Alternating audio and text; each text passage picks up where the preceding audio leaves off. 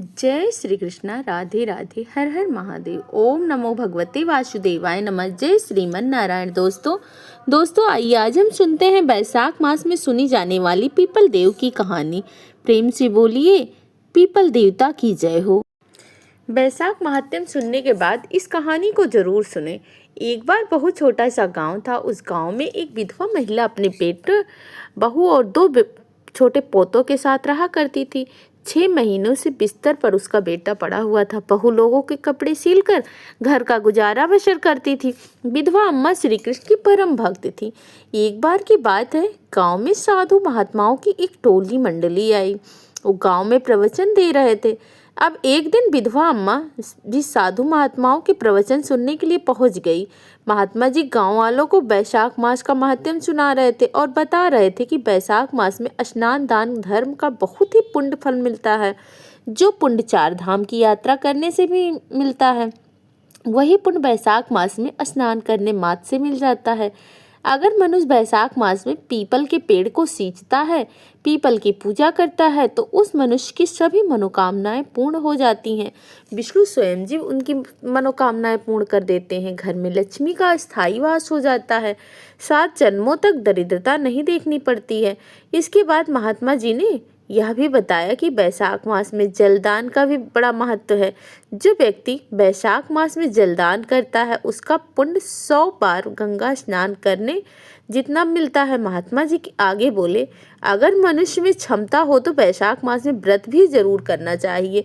प्याऊ लगवानी चाहिए, पंछियों के लिए दाना डालें, पानी की व्यवस्था करें, गाय को रोज चारा डालें, चींटी को आटा डालें, मछलियों को भोजन दें, साथ ही आवारा जानवर कुत्ते आदि को भी भोजन दे। जो व्यक्ति बैसाख मास में ऐसा करता है, उसे कभी यमराज का भी भय नहीं होता है। वो सीधा बैकुंठ धाम में जाता है। वो व्यक्ति इस संसार के आवागमन के चक्र से भी मुक्त हो जाता है। उसके लिए मुक्ति का मार्ग सुगम हो जाता है। वो मनुष्य इस जीवन के सभी सुख भोगता है और मरने के बाद परम सुख को प्राप्त करता है। अब बुढ़िया अम्मा बैठे बैठे सब कुछ सुन रही थी। उसने महात्मा जी से कहा, महाराज, जिसके खुद के पास खाने को भोजन ना हो, वो चींटी को, गाय को, पक्षी को, कुत्ते आदि को कैसे देगा? तो महात्मा जी ने हंस के मुस्कुराते हुए कहा, अगर कोई मनुष्य दान आदि करने में सामर्थ्य न हो तो सिर्फ बैसाख मास में स्नान करने के बाद पीपल के पेड़ को सींच ले और तेल का दीपक जला दे। अगर मनुष्य ऐसा भी कर दे तो उससे 7 जन्म को दरिद्रता भी उसकी दूर हो जाती है। उसके पितर अगर नरक में भी पड़े हो तो उन्हें भी स्वर्ग के सुख मिलता है।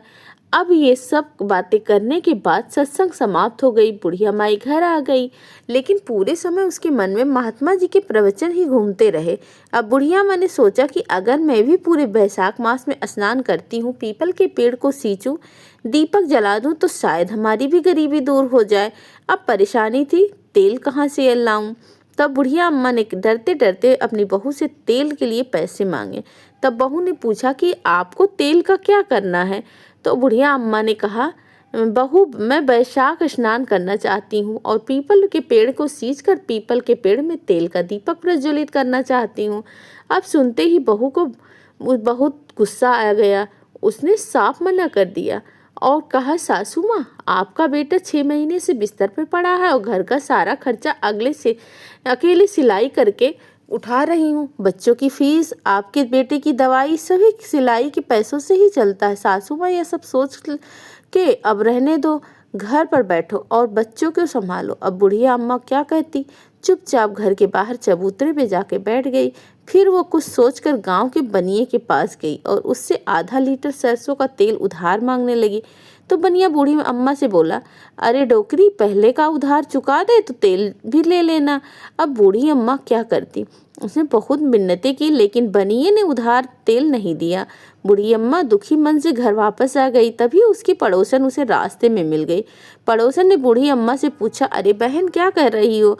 बहुत दुखी दिखाई दे रही हो। तब बूढ़ी अम्मा ने पड़ोसन को पूरी बात बता दी, सच सच, और कहा कि मैं चाहती हूँ कि यह सब करना। तो पड़ोसन बोली, अरे इसमें क्या बात है, तू मेरे से तेल उधार ले, जब पैसे हो तो तेल वापस दे देना। और बुढ़िया माई तो सुन के बड़ी खुश हो गई। अंधे को क्या चाहिए था, 2 आंखें ही तो। एक बोतल सरसों के तेल की पड़ोसन ने दे दी, लेकिन फिर वह सोचने लगी कि अगर मैं तेल की बोतल घर लेकर जाऊंगी तो बहू देखेगी और बहुत गुस्सा होगी। उसने उस तेल की बोतल को एक थैली में रखकर गांव के बाहर पीपल के पेड़ के पास ही पत्थर के नीचे छुपा दिया और सोचने लगी, मैं यहीं से तेल ले लिया करूंगी, यहीं से दीपक जला दूंगी। और यह सोचकर खुशी खुशी वह घर वापस आ गई। अगले दिन से ही बैसाख का महीना लग गया तो बुढ़िया माई जल्दी उठी, नहा धोकर उसी पीपल के पेड़ के पास जा बैठी।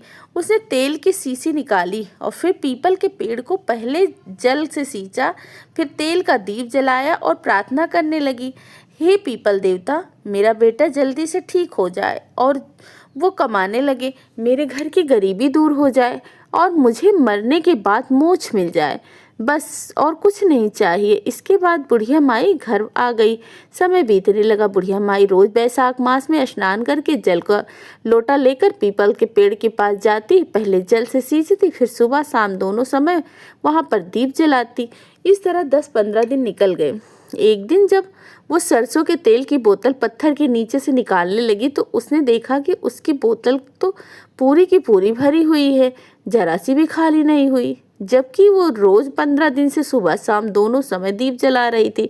बोतल कम से कम आधी हो जानी चाहिए थी। अब उसको बड़ा ही आश्चर्य हुआ। उसने आसपास देखा, कहीं कोई प्रेत भूत जिन आदि तो नहीं है जो मेरी बोतल को रोज के रोज भर देते हैं, लेकिन दूर दूर तक उसे कुछ नहीं दिखाई दिया। अब वो सोचती जा रही थी, कैसे हुआ। पूरी रात वो वही सोचती रही, भाई मैं रोज दीपक जला रही फिर भी तेल की बोतल खाली क्यों नहीं हो रही। सोचते सोचते उसे नींद आ गई। खैर किसी से वो कुछ नहीं कह सकती थी, नियम भी छोड़ नहीं सकती थी। ठाकुर जी को याद करते करते उसने अपना नियम वैसा ही पूरा किया। अच्छे से बैसाख का पूरा महीना बीत गया। पूरा महीना बीतने के बाद भी आश्चर्य की बात यह थी कि तेल की बोतल वैसे की वैसी भरी रही। बैसाख पूर्णिमा का दिन आया। उसने बढ़िया उद्यापन किया, 33 दिए जलाए, पर बोतल अभी भी भरी की भरी रह गई। अगले दिन उसने तेल की बोतल उठाई और अपनी पड़ोसन को लेकर जाकर वापस दे दी। तेल तो वैसे के वैसा ही भरा हुआ था। पड़ोसन बुढ़िया माई से बोली कि अरे बहन, इतनी जल्दी क्या थी, बाद में दे देती। लेकिन बुढ़िया माई ने पड़ोसन से भी कुछ नहीं बोला। अब घर आकर उसने देखा कि उसका घर अन्य धन के ढेरों से भरा पड़ा था। उसका बेटा भी ठीक हो गया था। तब बहू बोली कि सासू माँ, आप कहाँ गई थी? अभी अभी एक स्त्री पुरुष आए थे और वो कह रहे थे कि वो आपको जानते हैं और इतनी सारी धन दौलत देकर गए हैं, और उन्होंने जैसे ही आपके बेटे के सर पर हाथ रखा तो आपका बेटा भी ठीक हो गया। बुढ़िया माई ने पूछा, क्या नाम था उनका? तो बहू बोली, पुरुष का नाम था विष्णुदेव और स्त्री का नाम था लक्ष्मी। और बहू की बात सुनते ही बुढ़िया माई दौड़कर उस पीपल के पेड़ के पास आ पहुंची और कहने लगी, भगवान विष्णु, हे माता लक्ष्मी, मेरी पूजा में क्या कमी रह गई थी जो आपने मेरे बेटे बहू को दर्शन दिए पर मुझे नहीं दिए। तभी वहां एक चमत्कार हुआ। रोशनी चमकदार उत्पन्न हुई। भगवान विष्णु और माता लक्ष्मी ने साक्षात बुढ़िया माई को दर्शन दिए।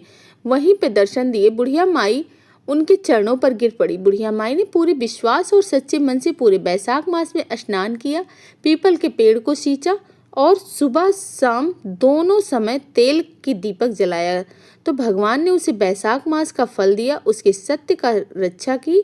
हे बैसाख मास के देवता, इस कहानी को कहने वाले और सुनने वाले पर भी अपनी कृपा दृष्टि बनाए रखना। जय हो बैसाख मास के ठाकुर जी की जय हो।